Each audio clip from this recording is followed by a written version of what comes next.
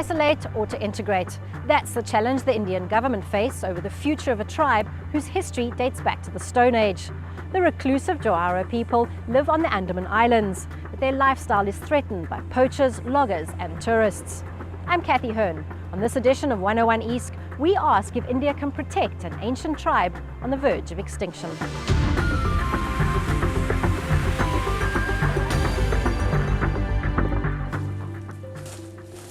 It's a privacy issue, it's a voyeuristic issue. You're basically selling a chance to see other human beings. I don't think that's right at all.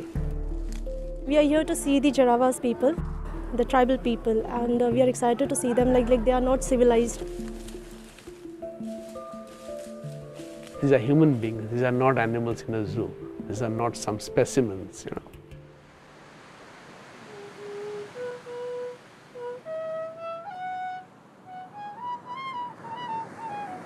Unspoilt white sand beaches, turquoise water and spectacular diving. It's a holidaymaker's paradise, the kind of place travellers like to keep hidden for themselves. But the economy is heavily subsidised, and although the coconuts are local, everything else is imported. I've travelled to the Andaman Islands, an archipelago of more than 570 small islands lying in the Bay of Bengal in the Indian Ocean. Less than 10% of this area is inhabited. The rest is covered by vast tropical rainforests, home to rare and exotic wildlife. It's also home for several Aboriginal tribes, protected for thousands of years by their isolation.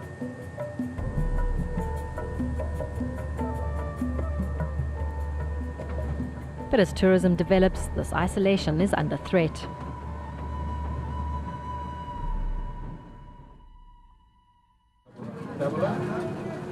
Tour operator Mohammed Sajid runs a company called Andaman Escapades.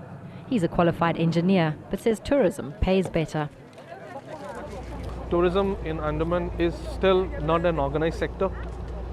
People who find an opportunity in doing a business or find an opportunity for getting an earning out of it, everyone joined this tourism revolution in Andaman. Tourists are our bread and butter for us. We need to serve them, but only up to an extent, up to where it's ethical and legal. As our expedition approached the curiously called... The Sanskrit word Andaman means land of the naked people and refers to several groups of Stone Age tribes who populate the islands. One of these tribes is the reclusive Jarawa. It was only in 1998 they first made contact with the outside world.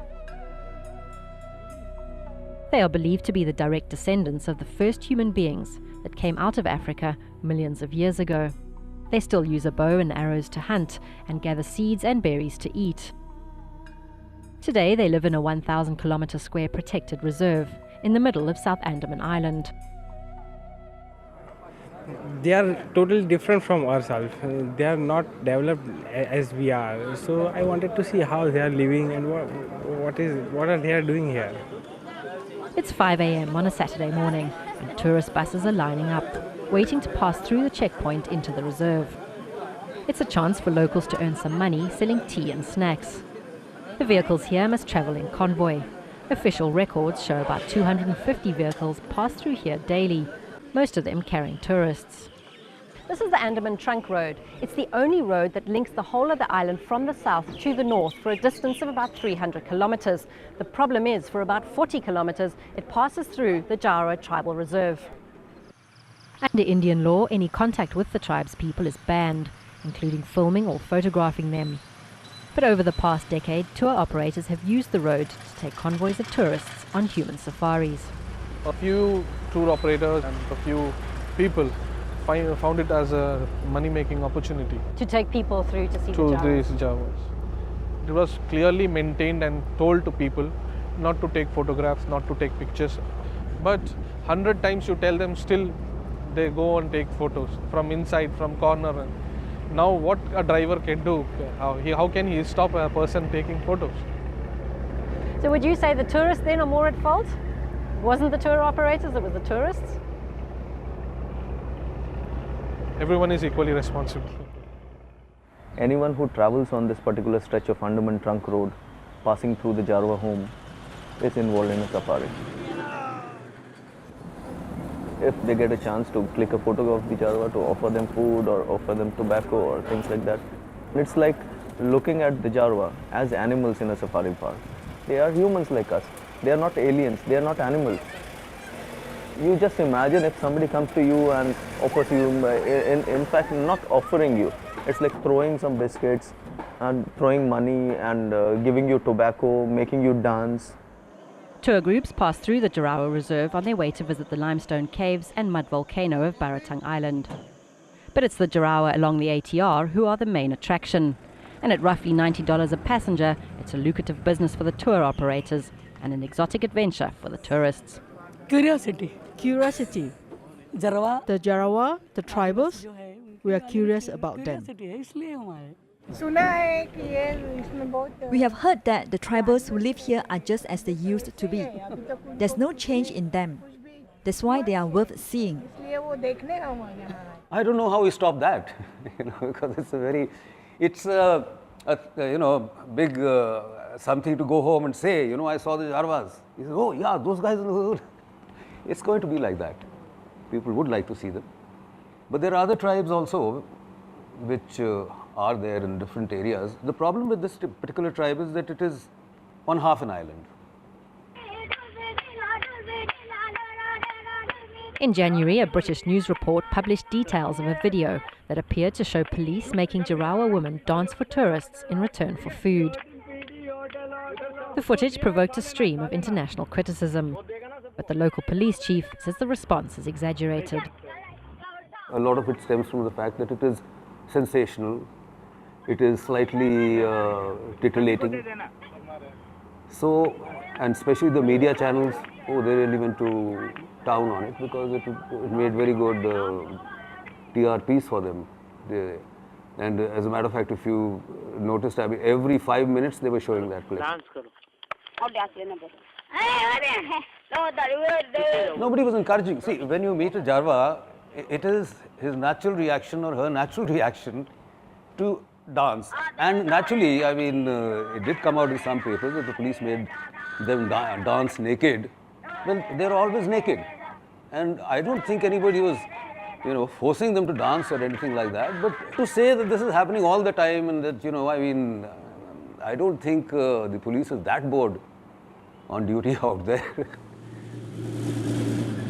The media uproar reignited a decades-old campaign to have the Andaman Trunk Road, or ATR, closed to preserve the Jarawa's privacy. But for the island's 500,000 other inhabitants, closing the road is not an option. Many trucks use the ATR to transport goods across the island. The ATR is today the lifeline of the Andaman Islands. 200,000 people living outside Port Blair in North Andaman, Middle Andaman, Baratang survive on it for their daily needs. Food, medicine, clothes, cooking oil, everything goes through that road. So we really don't think we are in a position right now to really close the ATR on the Jarawa area. This is despite a 2002 ruling from the Supreme Court of India that ordered the road to be closed. The Andaman administration says it's still appealing the verdict. The debate over closing the road has also triggered discussion over how the Jarawa are treated.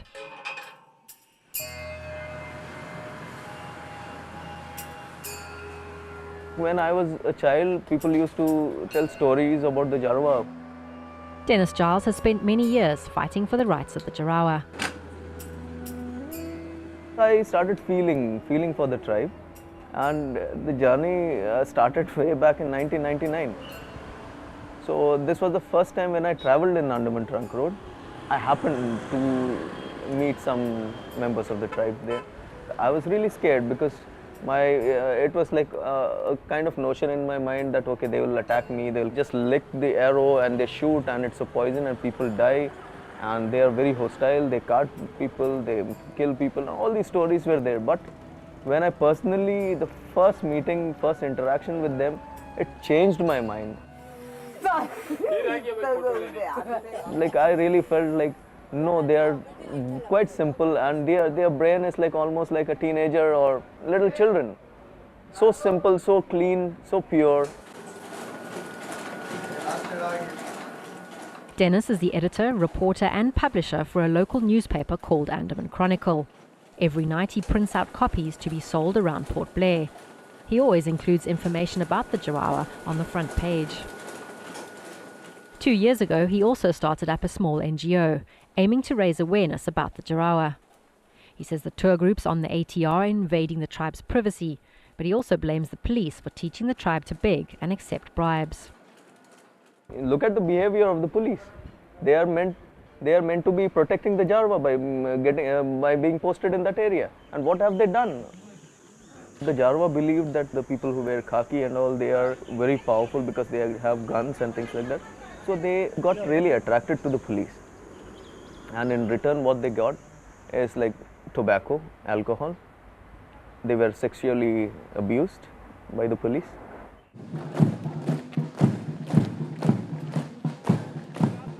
The police is always more visible, and the first thing you can criticize is the police.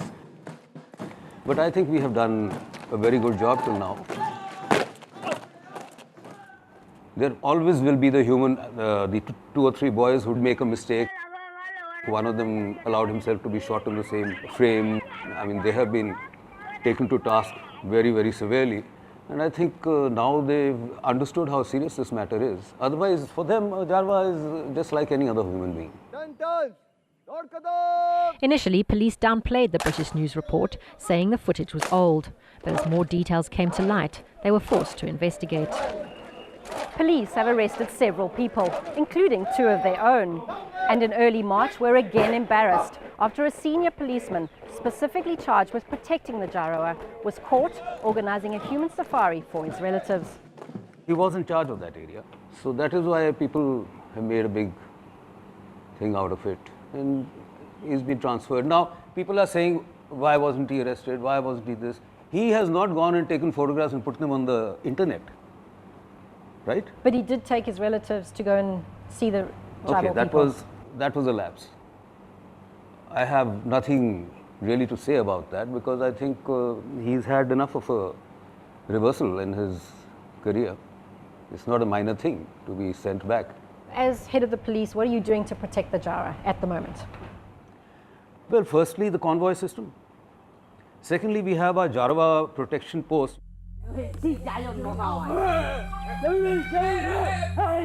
You must understand that earlier we were protecting the settlers from the Jarawas. That's why all these posts were set up, to make sure that the Jarawas did not attack them because they used to. Till about the 1990s or so, there were instances of them attacking the settlers, coming out.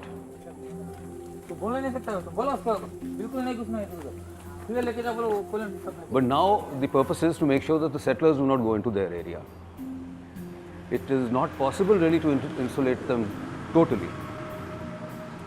Police Chief SBS Diol says the recent negative publicity has resulted in increased awareness.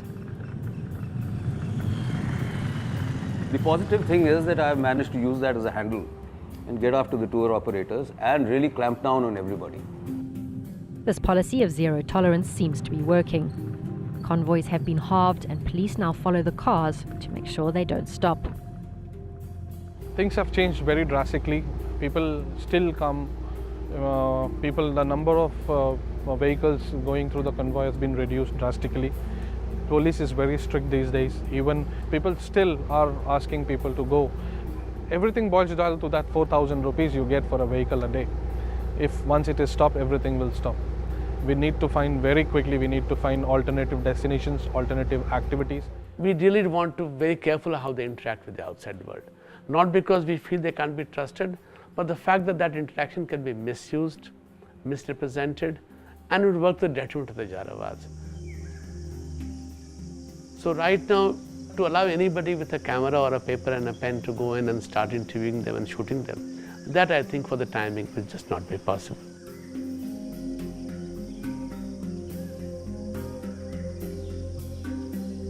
The issue is now so sensitive that our crew was asked to stop filming Jarawa statues outside the governor's house.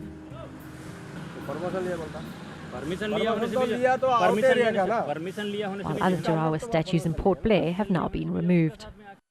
As the police clampdown continues, local government head Shakti Sinha is implementing new policies to protect the Jarawa. Is the administration response too little, too late? No, I don't think so. The fact remains that this is an evolving situation. Our lifestyle and their lifestyle right now are quite divergent. If you want to impose a health or an educational solution onto them or ideas onto them, possibly it's likely to backfire and actually damage them. We try to walk a very fine line, protecting them and yet not keeping them in isolation. Dennis Giles is critical of the government's efforts and says the tribe risks being wiped out. If we interfere more without a mind to help them out, they'll be destroyed. There are hardly 400 people, and one case of AIDS or HIV can make this tribe extinct within no time.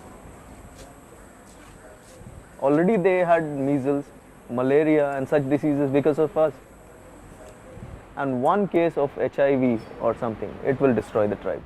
In 1999 and 2006, the Jarawa suffered outbreaks of measles, a disease that's been responsible for wiping out other tribes worldwide. The government says this is why the tribe needs to be kept isolated. We're not very sure, but we like to be careful. We like to be very, very careful because we really don't know. We are separately studying their medical status. We've been not just the doctors, but anthropologists also, to understand their system of medicine. And the fact is that most of these tribes have not been exposed to the illnesses that we are exposed to. The antibodies that we have with us, they don't have it. Shakti Sinha says despite the threats, the tribe is healthy and the numbers are growing for the first time in over 100 years. If you go to see the Jarawas when they move around, the very large number of small children under the age of 10.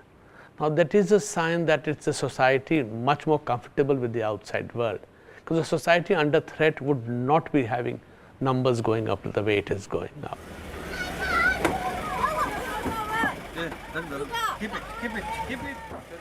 What are you doing to protect the Jarawa tribe? One, of course, we have a very large area where the outsiders are not allowed at all. And in fact, the area has been increased in 2004 directly. We added about 200 square kilometers to what is called the Jarawa Reserve. Later on, we have also added a further belt of 5 kilometers around the Jarawa Reserve, where the buffer zone, where we don't allow any commercial activity really in the major sense of the term. Yes, there are villages there, they have their normal lives. We don't want to affect that because we don't want a conflict between the villagers and the Jarawas. But we do not want large-scale commercial development. So no hotels, no resorts, no bars, no entertainment parks, nothing like that in that 5 kilometer zone. So our whole idea is to allow the Jarawa enough space to develop in a manner that they want to develop.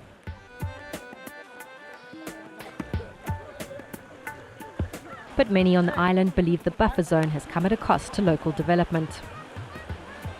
We plan to run with the 6 tents for the first few years. These are the platforms where the tents had come up, so we actually had everything here and running, and we ran it for a season. Samit Sani was given permission to build a back-to-nature eco-resort outside Port Blair, but he was forced to close it down after the 5-kilometre buffer zone was put in place around the reserve. The tap works. He says there's no real basis in law for the buffer zone and has challenged it in court for over 2 years. It's been a huge financial drain because running a case in the Supreme Court is very expensive. The government says Summit's resort would encourage travellers to seek out the Jarawa, an accusation Summit denies. There's absolutely no way we would encourage anybody going anywhere into the reserve. In fact, as a travel company, we've never sold a package that takes you onto the ATR either, leave alone from long before this became an issue. As a policy, we were the first company out here to say we will not do Jarawa tours. Summit says the administration has been haphazard about enforcing the rules, and if they were serious, then they would close down the ATR. Today, his resort stands empty. But instead of ensuring privacy for the Jarawa, local villagers come here every weekend to party, leaving behind a trail of litter and noise. Summit says the Jarawas are no longer as isolated as outsiders believe. First of all, I think preserve the Jarawa itself is a loaded statement, because what are you preserving them for, and in what state are you preserving them in, and what is it that they actually want, which nobody has actually asked. You haven't talked with the other Pradhans or everything? One person who has asked the Jarawa what they want is Mohan Halder, a locally elected village leader. Mohan says the Jarawa are facing problems with their food supply because poachers and loggers are destroying their habitat. There are plenty of expectation from me actually. Whenever they are talking with me, they are running. Whenever they are getting to me, they run to me and coming, and first approach is that, have you brought any biscuit? Have you anything to any food with you to get so that I can fill my hungriness? That is the first question. It is very hard for me to change the topic. He's concerned that the current police policy of sending them back into the jungle is pointless. Most of the time they are saying that we want to stay here in these villages. But these police departments are coming, they are saying you have to go right now, you have to go in the deep jungles. And police are sending them in the 20 miles away, and after that they are again walking 12 hours or 30 hours, after that they are again coming to the village. So they are suffering, so that's why they have the fear that the police department will send them in the deep jungles and they have to again walk 30 kilometers to come up in this area. Mohan says many of the tribe now want the benefits of modern life, a roof over their heads, cooked food and protection from poachers. They have set up their mind to get everything what the civilized persons are getting. A few days ago they were demanding for the phone also. That's why I again requesting to the government of India that time has come up, enough is enough, let them civilize these peoples, educate these peoples. We get good Jarawa, healthy children, we get a better society there. We make them permanent shelters for them in the deep jungles, we make them village, and in this way we can increase them from 400 to 10,000 in numbers. Mohan says the Jarawa policy urgently needs to be reconsidered. He says the buffer zone is no solution as it stops the local villagers accessing employment opportunities.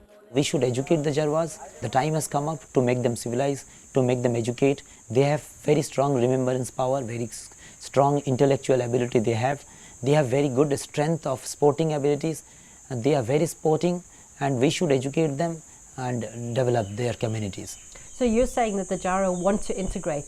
Yeah, they are very much eager, and all the time they are requesting, Pradhanji, you help us. We are in a distress. We want help from you. You talk to the higher authorities and you better make the system so that we can get food, we get education, we get clothes, we get everything. Everything they are demanding from me, but I cannot give them. Mohan says the modern world can also learn from the Jarawa and their strong relationship with nature, especially traditional medicine. Every disease we suffering, they are also suffering, but they have their own vegetation medicines, that is called Ayurvedic medicines. I feel they have a strong sea of medicinal knowledges in them. Activists are concerned that if the Jarawa are assimilated into mainstream society, the jungle will no longer be protected and the tribe will be pressured by developers to sell their land. Without the jungle, their way of life will disappear. If they join the mainstream, they will be made to come to Port Blair and work like laborers out here. So it is almost like losing their land, and we try to occupy that land. We destroy the forest, we exploit the resources like anything.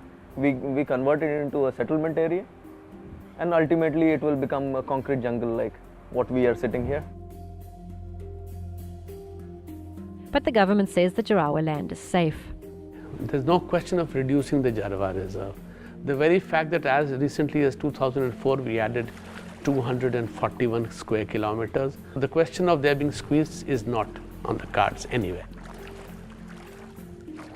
There are no easy answers for authorities tasked with protecting this ancient tribe. But the need to balance respect for their traditional way of life whilst acknowledging their right to modernize will be crucial for their survival.